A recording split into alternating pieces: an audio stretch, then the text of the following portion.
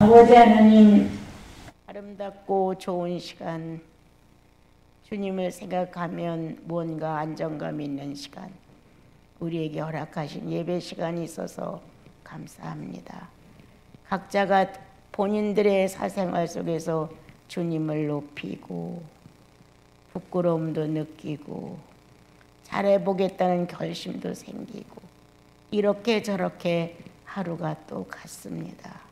주님, 항상 마음에 가까이 계신 주님과 깊은 교제 속에서 같은 마음을 품고 같은 생각으로 현실을 살아가므로 영생이 멀리 있는 것이 아니라 내 안에서 내 삶을 펼쳐나가는 것으로 알게 하옵소서. 그래서 그 영생 안에서 새로워진 마음과 생활 태도로 예수 닮아가는 모습으로 성화되게 하옵소서. 예수님의 이름으로 기도합니다. 아멘. 성경 중에서 이렇게 보면 율법 문제를 이제 많이 들고 나온 내용이 있는가 하면 또 그리스도의 구속을 또 많이 들고 나온 데가 있고 이렇게 저마다 그 내용에 따라 뭔가를 한 가지씩 우리에게 알리고자 하시는 하나님의 선한 의도가 들어 있습니다. 그냥 읽으면 뭐 어떤 때는 그냥 별것도 아닌 책, 그런데 이 책이 별것도 아닌 것 같은 이 책이 인간의 마음을 바꿔놓고 생각을 바꿔놓고 뭔가 인간으로서의 살아갈 수 있는 어떤 내용을 좀 갖추고 싶은 소원을 갖게 하고 또 좀 더 진지하게 이렇게 주님과 교제가 있게 되면 이렇게 못난 내가 어떻게 하나님의 은혜 안으로 들어올 수 있었을까? 이렇게 악하고 나만 알고 게으르고 이러한데 어떻게 하나님의 그 긍휼을 입을 수 있었을까? 이런 마음도 들어가고 그런 이제 생각 속에서 성경은 실제로 성도가 살아가는 삶일 뿐이에요. 이걸 책으로 본다면, 이걸 학문으로 본다면, 이거를 배워서 뭘 얻어야 된다면 참 가치가 없는 것 같아요. 하나님이라는 이름으로 규정을 지어놓으면 난 할 말이 없다. 정말 어떤 이름도 그분에게 맞는 이름은 없다. 그렇거니 하고 이름을 지어주셔서 우리가 부르지만 그 이름과 만족감을 나눌 수 있는 하나님은 아니시지요. 은혜, 그래도 그 은혜라는 단어 안에서 우리가 습득할 수 있는 정도의 은혜는 아니지요.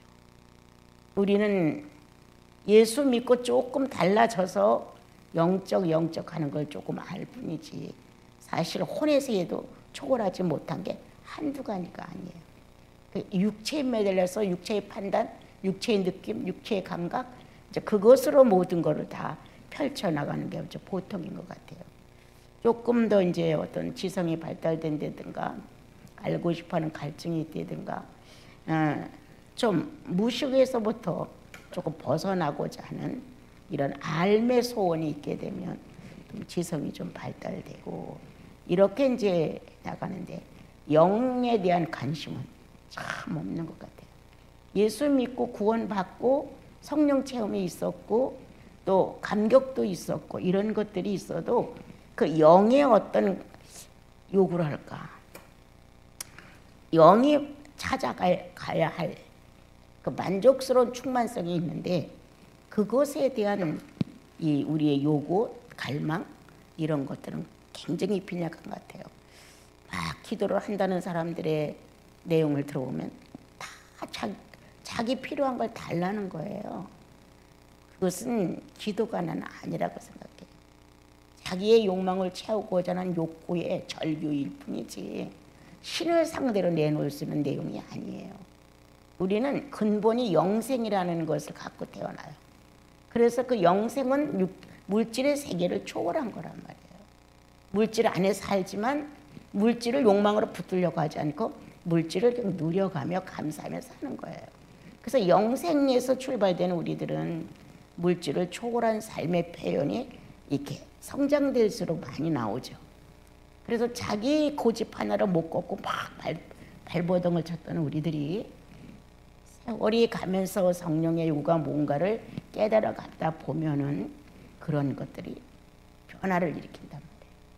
그래서 어느 결인가 완고한 내가 바뀌어지고 고집스러운 내가 바뀌어지고 나 위주로 살았던 이기심이 파괴되고 달라져요. 그것은 성령이라는 하나님이 우리 영혼 안에 존재하시고 있다는 사실을 알려주고 계시는 것이거든요. 그래서 예수 믿는다고 하는 것은 이 세상의 존재성이 아니다. 육체를 갖고 있지만 그냥 여기서 보통 사람들이 피조물들이 사는 것처럼 살고 있지만 내용은 그것이 결코 아니죠. 신을 상대하는 삶이 있어요. 무언가 성령을 거스리고 나면 무릎을 꿇고 싶은 잘못했다는 항복의 말을 꼭 드리고 싶은 진실이 있어요. 내가 뭔가 과도하게 내 유익을 채우고 나면 난 너무했네 라는 경계를 알게 되어요. 내가 너무했구나 했다는 것은 경계를 넘었다는 거거든요. 그러한 엄연한 신적 세계의 질서와 규범과 이치가 있다는 거예요. 그러한 삶을 산다는 자체가 난 너무 소중하다고 생각하거든요. 어떻게 이렇게 하나님께서는 이렇게도 잘 가르쳐 주시는가, 이런 생각을 참 많이 해봐요. 오늘 갈라디아서 3장 23절부터의 내용은 이제 또 율법과 믿음 얘기를 계속 이제 하시는 거예요. 믿음이 오기 전에 우리는 율법 아래 매인 바 되고 계시될 믿음의 때까지 갇혔었다, 이렇게.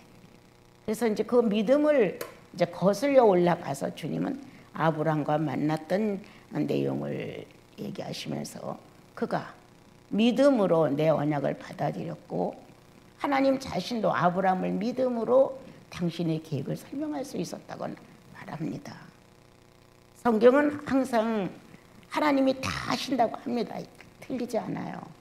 그러나 배는 식물을 위하고 식물을 배를 위한다고 하는 것처럼 상호 간의 위함과 신뢰가 있음으로 일이 성사되는 것이지 한 사람의 주관적인 어떤 그 권세만 갖고 일처리가 되는 것은 아니에요. 왜? 인격이 동의를 해주지 않으면 그건 성사가 아닙니다.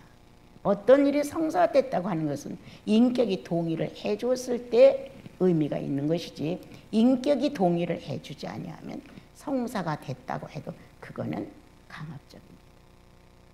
자기의 어떤 권력을 사용한 상대를 짓밟아버린, 아주 무시해버린, 그래서 한 사람 속에 신격이 마비되어가는 그런 상대를 했다는 거예요. 내가 너를 이겼어라고 하는 것은 바로 그와 같은 것이에요. 부부간에도 말다툼을 하고 내가 이겼다는, 내가 너한테 질 수 없다는 이런 마음을 가졌다면 그거는 어마어마한 교만이에요. 내가 하나님 앞에 나와 국리를 요청할 수 있는 일이 있다면 나도 세상을 살면서 나보다 월등히 부족하고 모자라고 또 잘못을 되풀이에 막 짓고 이런 사람이 국리를 베풀 줄 알아야 돼요. 내게는 그렇게 무수한 국리를 베풀어 주기 바라면서 내가 상대에게 베푸는 국리에 대해서는 아주 인색하죠. 아주 거의 안 나오죠. 옛날에 출애굽기를 읽다가 주님이 나는 스스로 존재자야, 이것을 깨달았을 때 나는 내 자신에 대한 것을 찾게 됐고 발견하게 됐어요. 그때 그 하나님의 당당하심, 아무것도 아닌 피조물, 호흡을 걷어가면 시체가 될 수 있는 이런 피조물을 상대로 당신의 신격을 설명했다는 게 나는 충격이었어요. 어떻게? 아무리 위대해도 하나님 자신의 존재성을 알리는 걸 받을 수 있었다고 하는 것은 성령이 그 속에 함께하지 않았으면 모세는 직사했어요. 이 육체와 이 피조물은 신적 존재의 신성을 다 안을 수가 없어요. 감당 못해 죽어요. 그런데 거기서 얼떨떨한 그 하나님에 대해 익숙하지 못한 이런 얼떨떨함을 갖고 있는 모세에게 라고 자신을 알렸다는 그게 나는 엄청 충격했어요. 그래서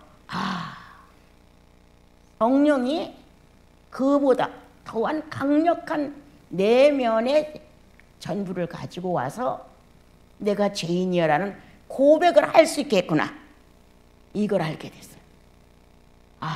하나님의 이 거대한 위력, 약자를 불쌍히 보는 위력, 내가 나를 표현하는 데 쓰고 싶다는 이 소원, 이런 것이 모세로 하여금 하나님의 이름을 존재를 알게 했고, 모세는 죽지 않고 살아서 비교도 안 되는, 어울릴 수도 없는 그러한 환경과 능력을 그 안에서 조화를 했다는 거예요.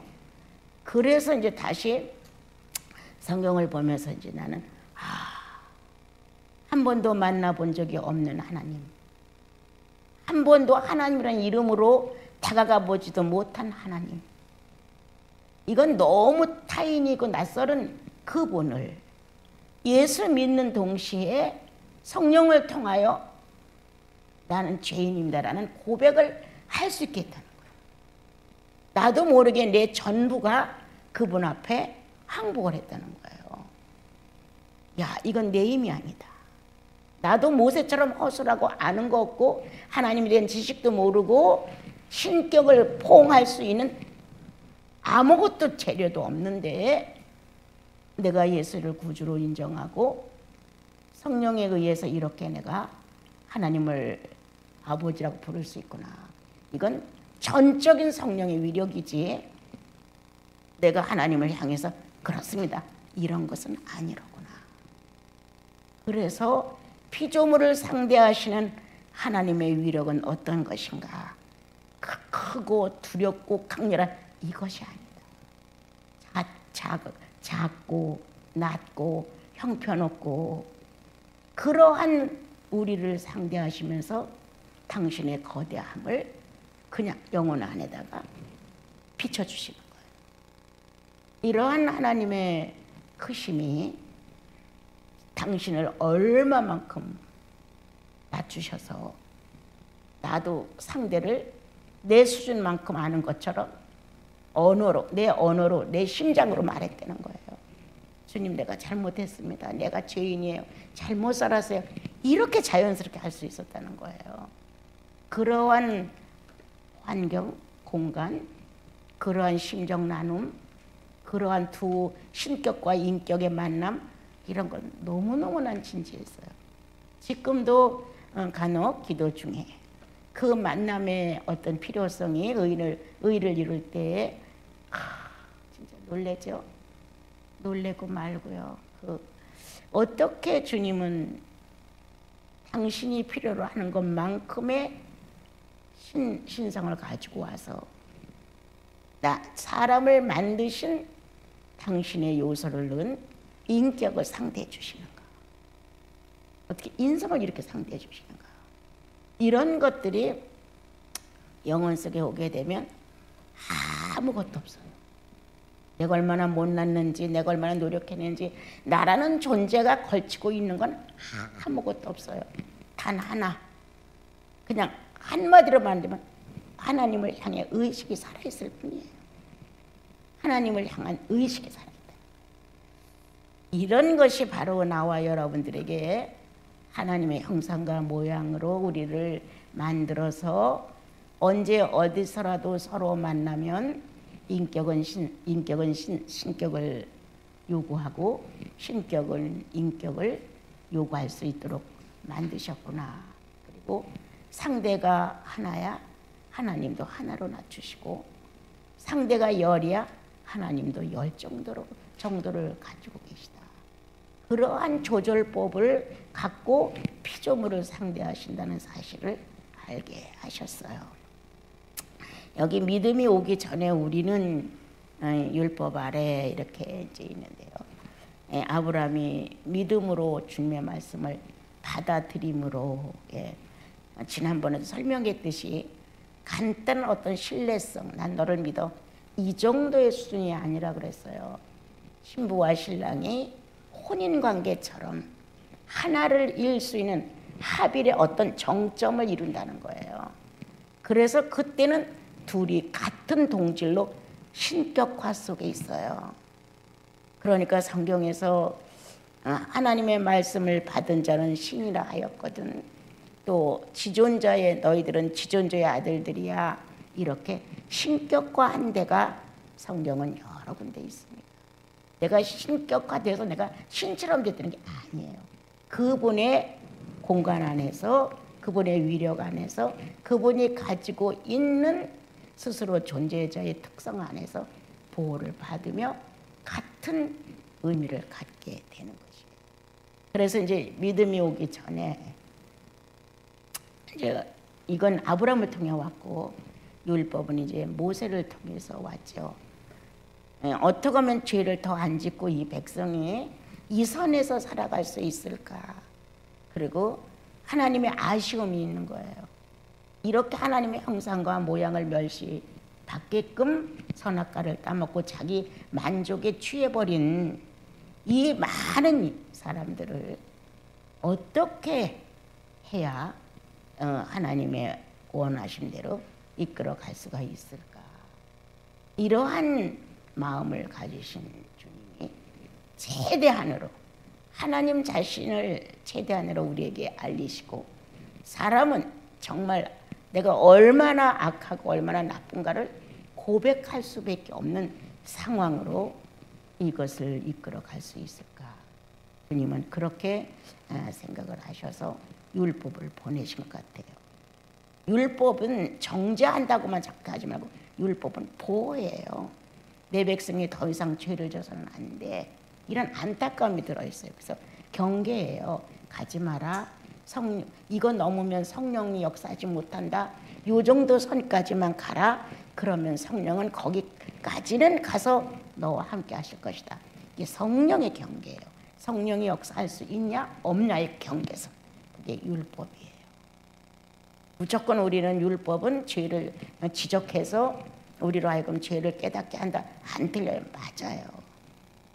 그런데 이제 이렇게 이제 성경을 보면 그분의 자비하심과 긍휼하심과 용서하심과 이런 것들은 어떤 것일까?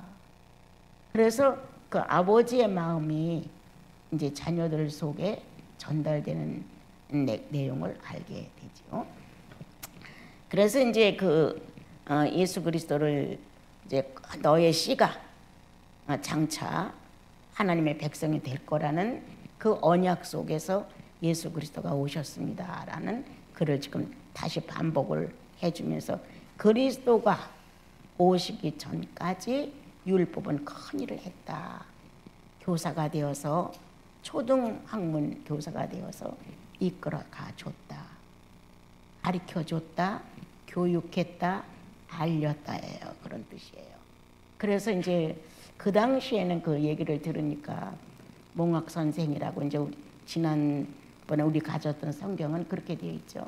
그것이 이제 노예, 집에서 기르는 그 노예가 조금 영특하고 괜찮으면 그 사람을 잘 이렇게 얘기해서 자녀들을 10몇 살까지 이렇게 도와주게끔 교육을 하게끔 가르치게끔 이렇게 했었다 해요. 그걸 몽학 선생이라고 했다고 하더라고요. 근데 이제 여기는 초등교사라고 이제 이렇게 나오고. 그래서 이제 이렇게 이제 교사가 되어서 이제 이것은 율법은 행위를 바르게 함으로 하나님이 원하시는 경계를 잘 지킴으로 그래도 거기까지만 가야지 그걸 넘으면 성령이 역사하지 못한다.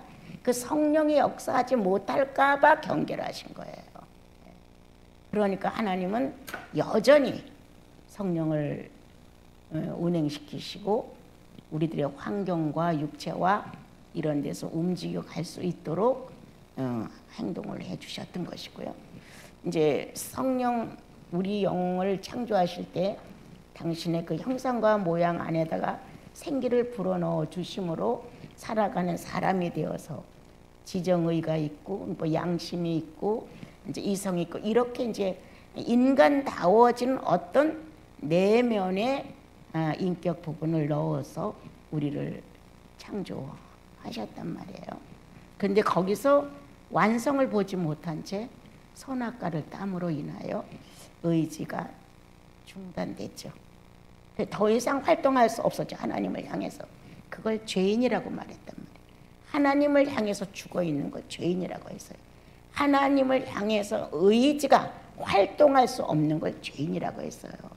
그런데 조금 더 깊이 들어가면 여러분, 무엇을 죄인이라고 주님이 이 당시에 오셔서 안타까워했느냐? 성령 없는 지식을 갖고 있는 걸 죄인이라고 주님이 딱 잘라 말했어요. 누굴 놓고? 바리새인. 어떤 게 죄인이었냐? 유대 민족이 하나님을 선택한 민족이에요. 우리하고는 틀리잖아요. 넌 내 자식이야 라고 그분이 선택을 했단 말이에요. 그리고 여러 가지 방법을 써서 예수 믿게, 하나님 믿게 했단 말이에요. 근데 그냥 배신하고 돌아가고 계속 배신하고 돌아갔어요.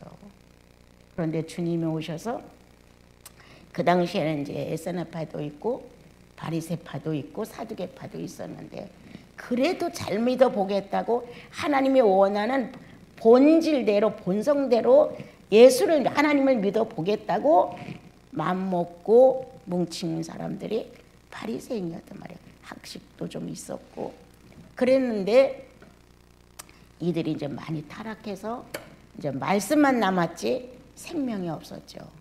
주님이 오셔서 화 있을진저 바리새인아 이렇게 말씀하셨어요. 그럼 이때는 뭐가 큰 죄냐?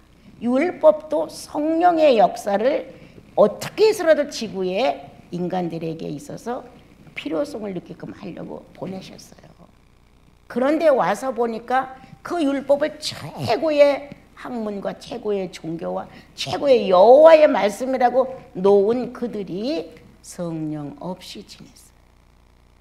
이때 그 모욕감, 하나님 예수 그리스도가 오셔서 정말 예수가 오셨는데도 못 알아봐. 그럼 그게 무슨 성경이에요? 무슨 율법사냐? 무슨 바리새인이냐고. 정말 자기들 영혼 안에 성령의 운행하심과 행동하심이 있었다면 메시아냐? 뭔가 틀려. 이렇게 고대했다면 그 고대하는 마음 안에서 은근히 예수를 알아냈을 거란 말이에요. 몰랐어요. 전혀. 자기들 만족에 취해 있어가지고 긴 옷을 늘어뜨리고 술 달린 옷을 입고 말씀을 몸에다 써서 붙이면서 거룩한 모형을 가지고 살아가고 아주 율법을 추추추추 배우는, 그렇게는 할지언정 성령 없는 지식이었어요. 성령 없는 율법이었어요. 아주 견디기 어려운 것. 주님의 마음을 있는 대로 분노케 할 수 있는 게 바로 바리새인들이 성령 없는 하나님의 지식을 갖고 살고 있는, 너무너무 힘들었던 거예요. 어떻게 보면 주님은 거기서 감정을 다스리지 못하셨으면 탈선할 수도 있었어요. 그게 너무 모욕적이었어요. 성령이 정지되어 있는 상태에서 아담이 죄인으로 전락했어요. 그래서 율법을 보내고 다시 바르게 성령을 통하여서 이스라엘 민족이 예수 그리스도가 오실 때까지 기대했던 거잖아요. 그런데 도중에 어마어마한 파동을 느끼고 주님을 모욕했는데, 예수님이 오셨을 때에도 그렇게 성령 없는 지식으로 정말 성전을 타락시키고 성경에 기록된 대로 제사장을 삼은 게 아니라 정치권에 의해서 자기들이 뇌물을 주고 제사장 자리를 탐욕해서 사가지고 제사장이 되고, 이건 뭐 말할 수 없는 그 현실을 만들어냈었죠. 그러한 이제 시대가 지나가고 이제 바울 시대, 이제 12 제자의 사도대 시대가 들어왔죠. 그래서 이제 우리는 그 예수 그리스도가 장차 오셔서 그 믿음으로 받아들임으로 의롭다함을 받았다. 이렇게 의롭다함에 조금 관심을 좀 써보셔야 될 것 같아요. 나도 이 의롭다함에 대해서 엄청 고민 많이 한 사람이에요. 의롭다는 게 어디서 어디까지인지, 뭐가 의로운 건지, 이게 나로서는 이해가 잘 안 갔었어요. 그래서 참 사전도 찾아보고 한문으로 된 것도 설명을 들어보고 그랬어도 내 학문이 짧은지 주님에 대한 그 지식을 침노해 가는 데 있어서 무언가 허점이 많은지 도대체 이게 잡히지가 않더라고요. 그래서 이제 고민을 하다가 어느 날 이제 우연찮게 이렇게 이게 의롭다함이로구나. 죄가 없다, 깨끗하다, 뭐 이건 다 아는 내용이잖아요. 그래서 이제 그때 이제 의롭다함 이런 거였구나. 이런 이제 그 의미가 영혼 속에 움직여졌어요. 그 의롭다함이라는 것은 겉으로 드러난 낱말로는 이해가 안 되는데 하나님 자신이 우리를 만들 때 형상과 모양을 당신의 것을 가지고 의롭다 인정하기 위한 완전함을 드러내기 위해서 3번의 시험을 하게 된 거란 말이에요. 아담을 놓고 이와 같은지 현실을 보면서 이거는 유전자, 형상과 모양을 같다고 나한테 인식시키는 거로구나. 네 모양과 네 형상이 나를 만들어 놓으신 나의 아버지 하나님과 똑같은 형상이고 똑같은 모양이고 같은 지정, 하나님이라는 뜻은 아니에요. 같은 지정이라는 거예요. 내가 어떤 행동을 해서 의로울 수는 하나도 없어요. 그럼 하나님 편에서는 첫 창조할 때 당신의 형상과 모양을 넣었는데 요거를 다시 찾는 게 의로움이라는 거예요. 그거였구나. 많이 시간을 걸려서 고민을 했어도 풀어보지 못한 채 시간이 갔던 내용이었어요. 그렇지. 우리가 조금 잘하고 뭔가 좀 옳고 남보다 인격이 좀 뛰어나고 이래서 의로운 게 아니지. 하나님의 본성, 하나님의 본질, 하나님의 본심. 이것이 찾아지는 것. 이것이 서로 알아지는 것. 서로 만나 친교를 하는 것. 하나님 속에도 이런 것이 들어있고 내 속에도 똑같네요. 같은 유전자의 기쁨. 같은 유전자가 서로 알아내는 가르침의 지성 발달. 이런 거였구나. 그러니까 서로를 인정하는 것. 나는 나의 주 예수 그리스도를 그 속성을 인정하고 그 본성을, 본심을, 본질을, 본능을 인정하고 주님은 주님의 것으로 나를 만들었으니까 내 안에 존재시킨 것만큼 주님은 나를 인정하는 거예요. 이야, 이거였구나. 의롭다 함은 같은 본질을, 같은 본심을, 같은 본능을 같이 동일하게 하는 것이로구나. 그리고 같이 있는 것이다. 그래서 하나님의 본질이 의로움으로 내 속에 창조된 본질도 의롭고 그걸 찾아낸 거예요. 주님이 이제 예수님을 보내가지고 살려낸 거죠. 그래서 하나님의 유전자가 의로워서 내 속에 의로운 유전자를 넣었는데 아담이 범죄함으로 어두워지고 캄캄해졌는데 예수님을 믿음으로 인해서 다시 이 본질이 회상됐어. 회복됐단 말이에요. 그러면 의롭다는 가치는 나를 위한 것이 아니다. 내게 아니다. 거룩한 척할 필요도 없더라. 의롭다는 이것은 그분의 것이라는 거예요. 그분의 속성, 그분의 본성, 본질, 본심.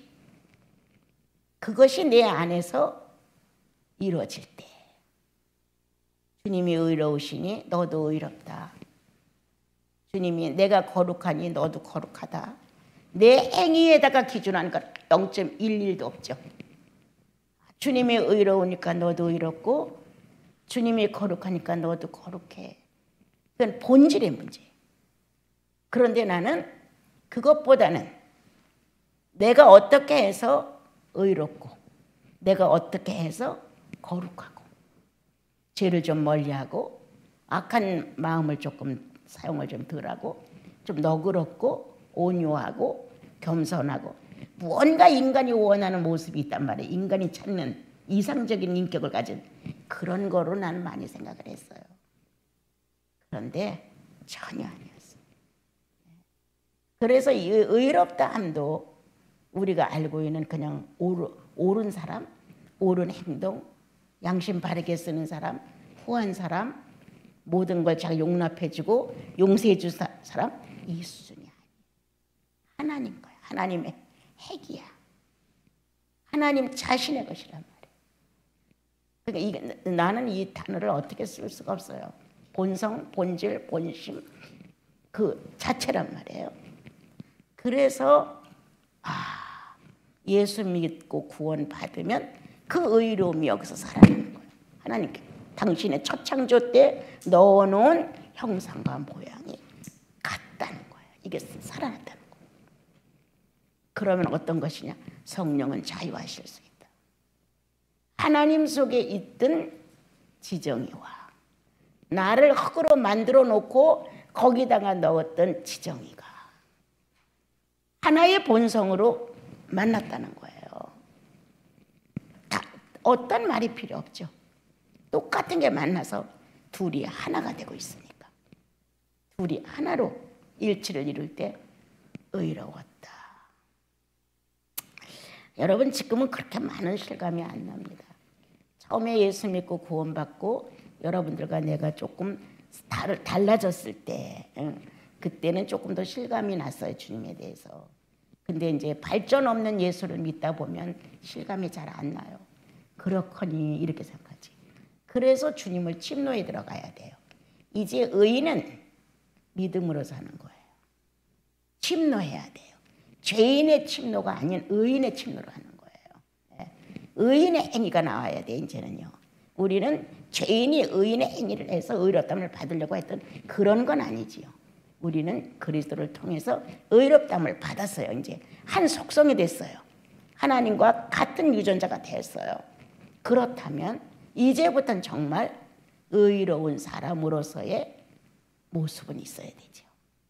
그게 바로 의롭다는 속성을 가진 자녀들의 자랑이죠. 하나님이 기뻐하는 거예요.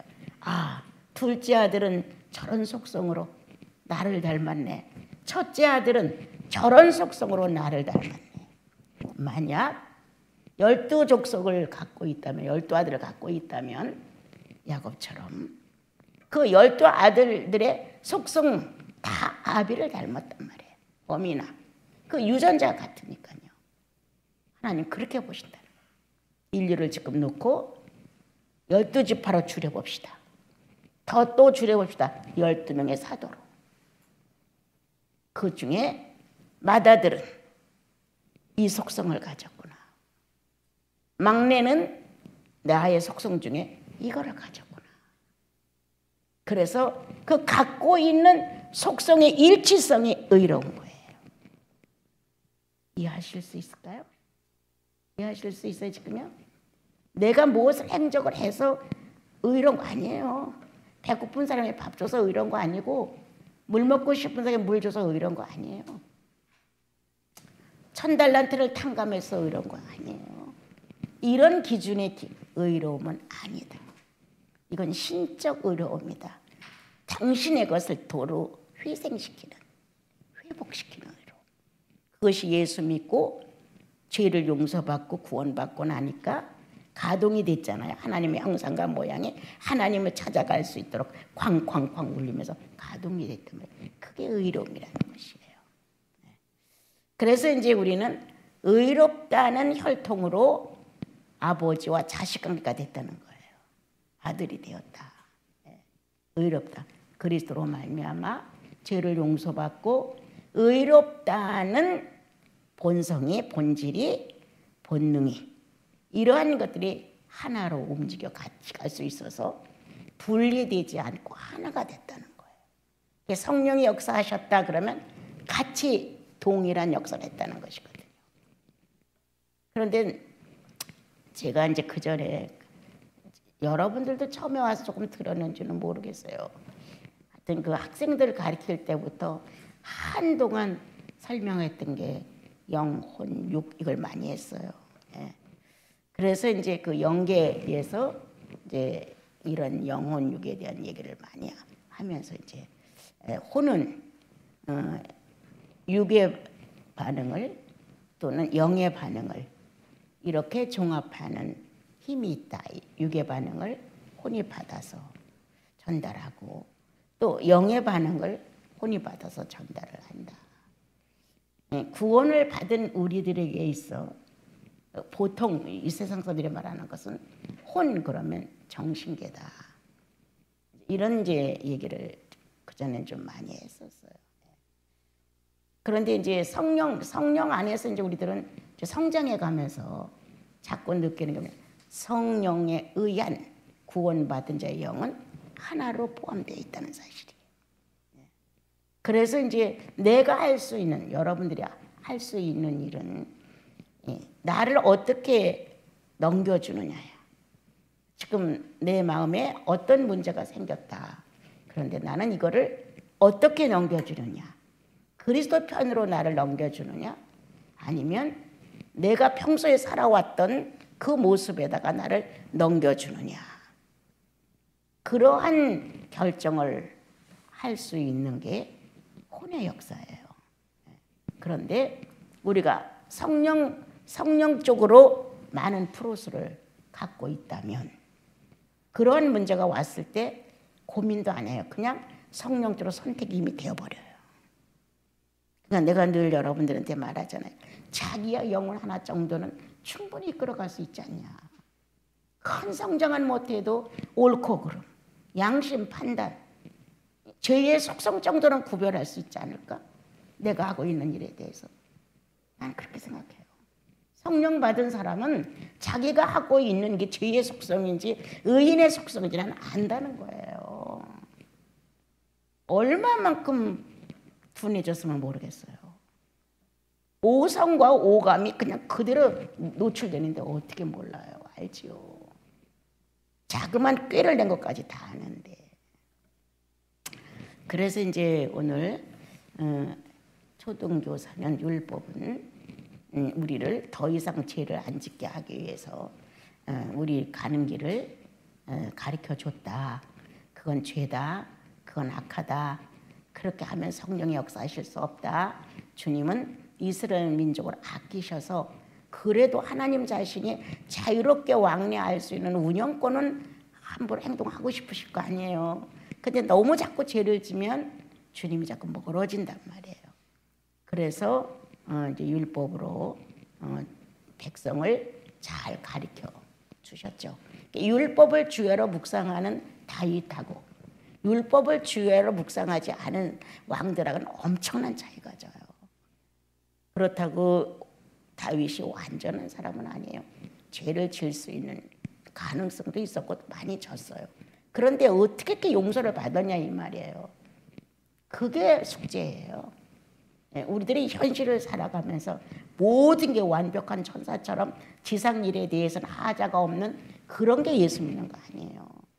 연약성은 여전히 있을 수가 있어요. 다는 아니지만 많이 갈수록 완성되어 가면서 없어지지만 그런데 성령을 우대했다는 거예요.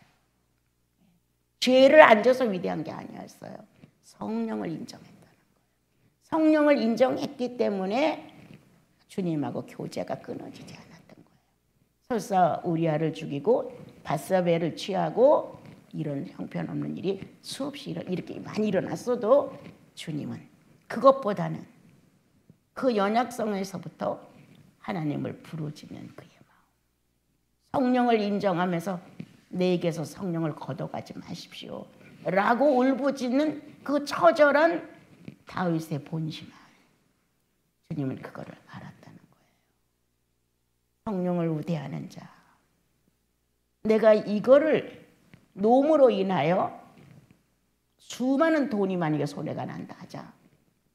그래도 내가 이걸 포기하는 것은 성령을 괴롭히지 않으려고. 성령이 괴로우실까 봐. 이렇게 성령을 존중하는 이 자세 때문에 주님은 다윗을 떠나지 않았어요. 오늘날도 주님은 그런 사람을 찾으시는 거예요. 예수 믿고 구원 받았어? 성령 받았니? 그렇다면 이제 연약성이 하루아침에 성자 되는 거 아니다. 하루아침에 천사가 되는 것도 아니다. 이 육체가 가지고 있는 연약성의 죄성은 다 있다. 뭐가 다르냐? 성령을 우대해라. 성령을 거스릴까 봐, 성령을 염려케 할까 봐, 성령이 근심하실까 봐, 성령을 해방할까 봐. 거기다 예수 믿는 초점이 채워지면 의인다워져요. 의인다워져요. 성령은 거기에다 또 좋은 걸 탁 물려주죠. 네. 주님, 내가 이만큼 손해나는데도 당신이 싫어하실까 봐 안 했어요. 주님 다 하신단 말이에요. 그렇게 성령을 우대하는 모습을 놓고 주님은 내 종 다윗을 봐라. 이렇게 자신감만 하셨죠. 그것이 이제 오늘 우리들에게 지금 결핍이 아닌가 싶어요. 죄인이라는 건 벌벌 떠는데 잘못했다고 두근거리기도 하는데 찜찜도 하고 못마땅하기도 하는데 거기서 끝나지. 성령을 괴롭혔다는, 성령을 우대 안 했다는, 성령을 하나님으로 내가 인정 안 했다는 이 뼈아픈 사실은 조금이야. 거의 없지. 이게 오늘날 우리들의 난점이 아닌가. 내가 한 거는 합리화하고 내가 한 건 그럴 수밖에 없다고 변명하고 이런 식이죠. 그래서 의롭다는 씨가 같아. 의롭다는 씨. 하나님의 생명과 내 생명 안에 의롭다는 건 똑같아. 그리고 내 안에서 하나님의 성령을 가지고 마음껏 역사할 수 있는 건 당신의 형상이 있기 때문에 당신의 형상을 붙들고 하시는 거예요. 그래서 나와 여러분은 나는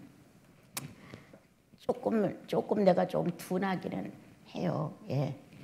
그렇게 뭐 예민하고 그렇지는 않아요. 그런데 이제 주님을 알아가는 데 있어서는 조금 이렇게 뭐라 할까요? 욕심이 좀 있다고 할까? 이양 알바야 이런 마음이에요. 이양 알 바야 조금 더 가보자. 이런 생각이고 이양 알바에는 알맹이만 알자. 우선 깔끔하게 한번 잡아보자. 이런 더덕더덕 막 붙은 거를 자꾸 얘기하지 말고 오늘 내가 목적한 건 계란이야. 껍질만 요구하자. 막 계란 다 알으려고 껍질 또 그 하얀 막 흰자 노른자 또 이제 생명에 대해 쓰는 하얀 이런 줄 이거 다 알으려고 하잖아. 나는 오늘 계란을 목적했어. 그런데 껍질이야. 그 외에 다른 것까지 다 끌어다 넣으면 죽도 밥도 안 돼. 오늘은 아주 무식해. 나는 껍질 하나만 알면 돼. 이 껍질 하나만 안다는 의미를 가지고 거기에만 몰두를 해요. 다른 건 다 무식해. 괜찮아. 그런데 그 껍질 하나가 어마어마한 걸 갖고 가요. 그거 하나만 내게 딱 되는 순간. 자, 지금의 우리 성경 한 것처럼 하나님의 성령이 가지고 있는 지식과 당신이 자유롭게 역사를 할 수 있는 당신의 형상이 일치되는 순간 거기 안에 껍질의 의미가 탁 전달되죠. 아, 이거였구나. 이렇게 한 씨가 때가 돼서 탁 터져서 싹이 탁 나오듯이 이렇게 마음을 이거였구나. 이렇게 이제 알아지는 수가 있지요. 다는 아니지만요. 그래서 이제 예수를 믿음으로 구원이 확정되고 구원과 더불어 정말 어마어마한 양을 가지고 들어오신 것이 성령이신 거예요. 그 성령으로 우리가 지금 이렇게 살아가고 있는 거예요. 이제 그 초등교사는 예수님 오실 때까지 필요했고 율법은 나는 율법이 있어서 더 좋다고 생각하거든요. 있었기에 율법이 있었기에 좋았다 이렇게 늘 생각해요. 이제 그 뒤로 이제 그 율법이 자기 시간을 끝내고 이제 예수 그리스도의 법이 들어와서 성령을 통하여 하나님을 직접 만나게 했다는 거죠. 직접. 성령은 직접적이에요. 율법은 간접적이었어요. 그러니까 양이나 비둘기나 짐승의 피로 속죄를 해주는 건 간접적이었어요. 그런데 예수 그리스도의 피로 속죄를 해준 건 직접적이었어요. 간접적인 만남과 직접적인 만남은 엄청난 차이가 있죠. 나와 여러분. 지금 예수 믿는 모든 분들은 직접적인 관계죠. 하나님하고.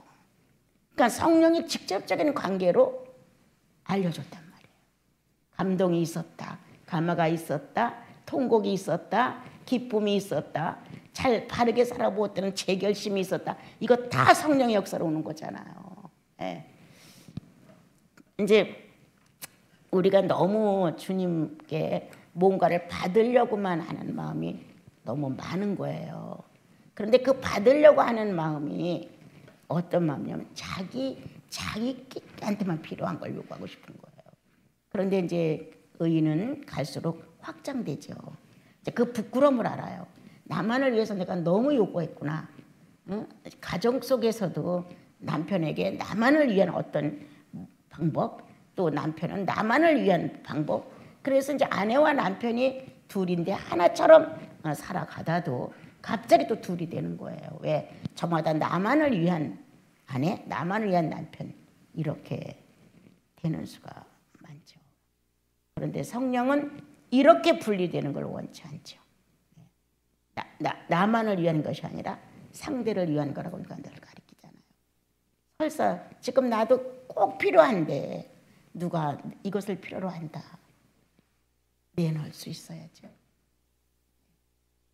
한두 번은 실패할 수 있지만 한두 번 지나면 이 실패의 잔을 또 마시고 싶지 않아요. 그래서 주지요. 네.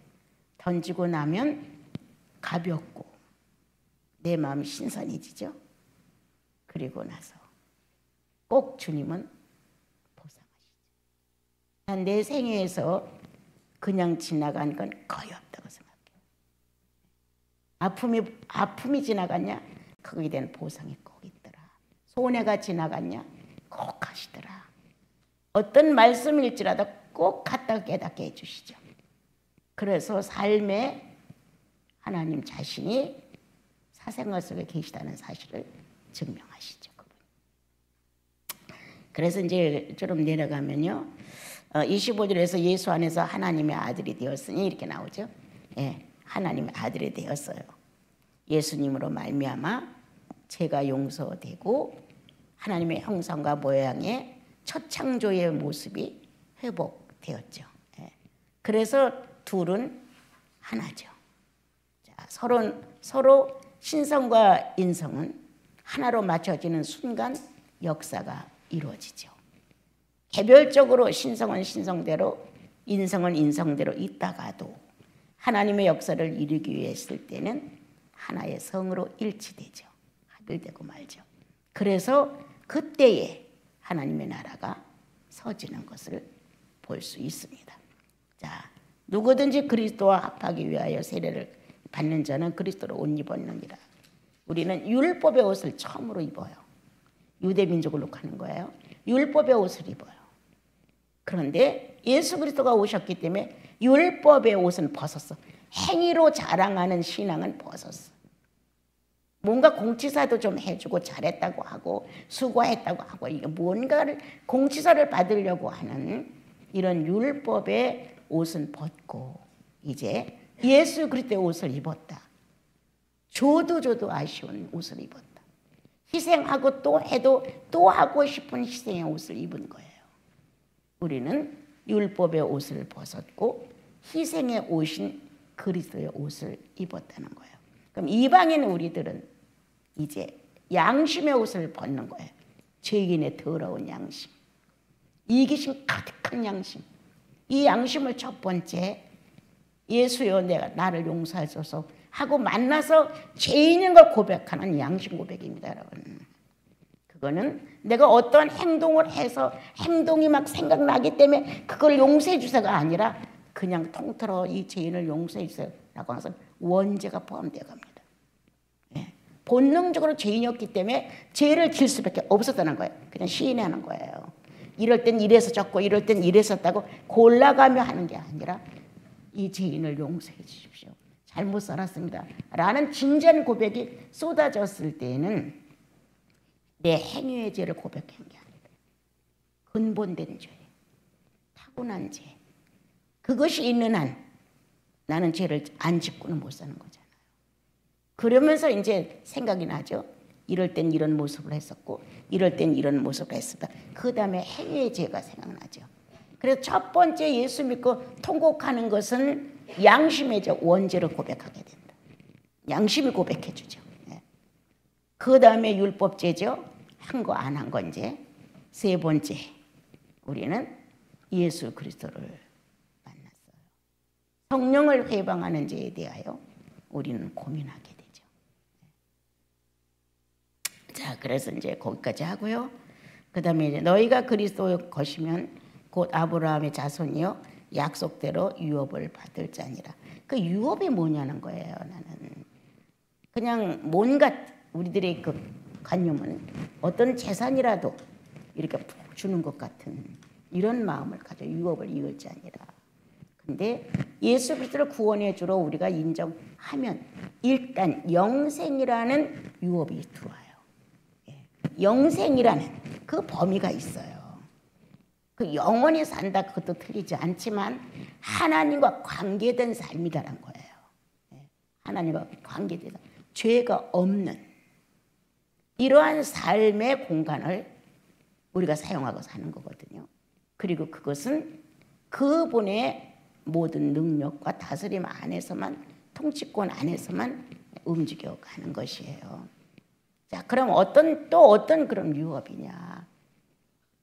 성령으로 산 사람들, 성령으로 산 것만큼의 자기 확장이 있어요.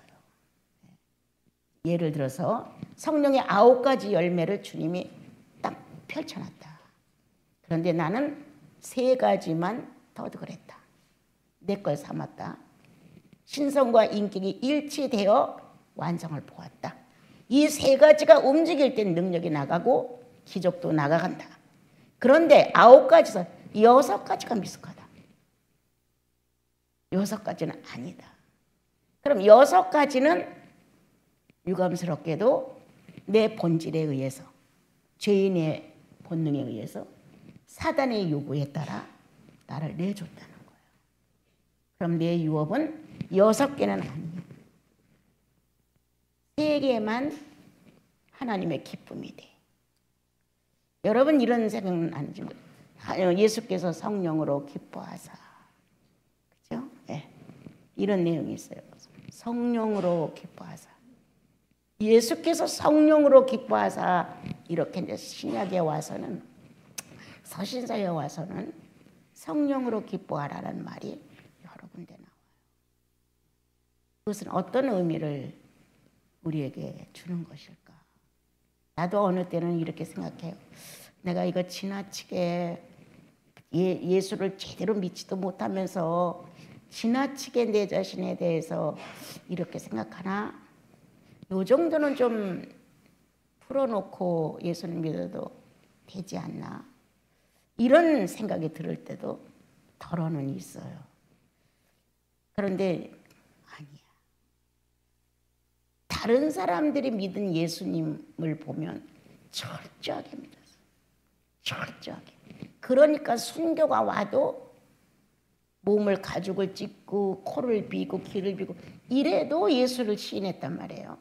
근데 나는 거기까지 그 경지까지 갈 정도로 의식이 예수님화 되지 못한 것 같아요. 아직도 멀어서 나는 이렇게 이제 생각도 하다가 어느 때는 이거 나만 이렇게 여기에 열중하고 온 전신 전체가 그리스도께 묻혀 있기를 이렇게 내가 갈망하는 건가? 또 이런 생각도 조금 해봐요. 그렇다고 뭐 특별히 뭐가 다른 게 있냐? 그렇지도 않으면서 이제 그렇게 나 자신을 생각해 보거든요. 그런데 소원이 하나 있다면 9개가 성령 열매로 주님이 그 말씀을 하셨다면 9개 정도는 50%는 다 넘어야 되지 않을까? 반수 이상은 50% 이상은 넘어야 되는데 그건 아주 미약한 거지만 그래도 조금 더 주님을 갈망하고 뭔가 그분에 대한 안타까움이 있고 어차피 주님 나라 갈 건데 이제 앞으로 갈 날짜가 가까워지는데 이야기만 나를 좀 다 팔아넘기고 주님께로만 그냥 확실하게 몰두해 버릴까. 이제 그런 마음이 있으면서 그래도 전체적에서 9개라면 5개 이상은 완성을 해가지고 가야 부끄러운 구원이 안 될 거 아닌가. 이거 정말 천국 가서도 아주 찌질한 모습으로 내가 이거 부끄러워하는 게 아닐까. 이런 마음이 들 때가 있죠. 모든 성도들이 그래도 우수한 점수 90%는 해가지고 가셔야 될 것 같아요. 7개 이상은 완성해가지고 갈 거예요. 그 정도 해가지고 가야 예수님이 나를 위해서 십자가의 못을 받고 돌아가셨다는 게 증명이 되지, 말로만 예수님이 나를 위해 돌아가셨어요 하고 그 열매를 맺는데 수고도 안 하고 노력도 안 하고 희생도 안 하는 거예요. 그렇다면 너무 억울하잖아요. 예수님은 실제니까. 실제예요, 여러분. 그래서 이제 오늘은 여기까지만. 주님이 바리새인들을, 율법사들을, 그것에 대한 것에 유감은 성령 없는 지식이었기 때문이다. 성령 없이 율법을 갖고 바리새인들은 신앙화했다고 했는데 그것은 아니었다, 그런 거죠. 우리도 예수 믿은 지 몇 년 지나면 이렇게 성령 없는 삶을 살까 봐 무서워요. 우리는 지식이 문제가 아니에요. 지금 성령 없는 삶을 살까 봐, 성령 없는 인격을 사용할까 봐 겁나요. 우리 모두 정말 유대인이나 헬라인이나 남자나 여자나 이 차별이 없다. 하나님 안에서 하나다. 그리스도 안에서 하나다. 뭘로? 예수의 씨로, 혈통으로. 그리고 그 유업을 이을 자는 그리스도의 닮은 모습으로 이루어지는 것이죠. 그래서 갈수록 성장이 많이 왔으면 좋겠어요. 나이가 점점 많아지니까 많아지는 것만큼 열매의 성실함이 우리들 사생활 속에서 남들 보게 뛰어나게 변화됐다, 그것보다는 성령을 인정하는 자세, 신격과 인격이 일치를 이루는 어떤 순간들, 이런 것들이 충만해졌으면 좋겠어요.